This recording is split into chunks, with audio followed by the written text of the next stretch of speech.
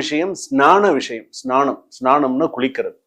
இந்த குளிக்கிறது ரத சப்தமி அன்று. ரத சப்தமி என்னைக்கு? 25ஆம் தேதி 1ஆம் மாதம் 2026. இந்த நாள்ல ஸ்நானம் செய்ய ரத சப்தமி அன்னைக்கு எத்தனை மணிக்கு நீங்க குளிக்கணும்? குளிக்கிற நேரம் பார்த்தீங்கன்னா காலையில 5:37 7:13, அதிகபட்சம் 7:15க்குள்ள நீங்க குளிச்சிடணும்.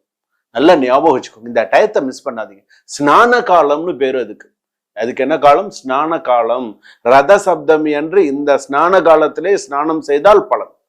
நம்ம முன்னாடி குளிக்கிறோம் பின்னாடி குளிக்கிறோங்கிறதுல அதுக்கு ஒரு ஸ்நான காலம், அதுக்குன்னு ஒரு நேரம். அந்த நேரத்துல ஸ்நான காலத்துல நம்ம செய்யணும் அப்படிங்கிறது. ஸோ அதை நீங்க செஞ்சீங்க அப்படின்னு சொன்னால் ஃபர்ஸ்ட் சிறப்பு. ஸ்நான காலம் அப்படின்னு பேர். இந்த ரத சப்தமி அப்படின்னு சொல்லும்போது பாத்தீங்கன்னா இது எந்த மாதிரியான சில விஷயங்களை அந்த ரத சப்தமி அப்படின்னு சொல்லும்போது, சில நாள்ல இந்த ரத சப்தமி அன்னைக்கு ஸ்நானம் பண்ணுவாங்க. சில பேர் இந்த வெள்ளருக்கு இலைகள் இருக்கு பத்தியில அதெல்லாம் தலைக்கு வச்சு ஸ்நானம் பண்ணக்கூடியவர்கள்லாம் இருக்காங்க.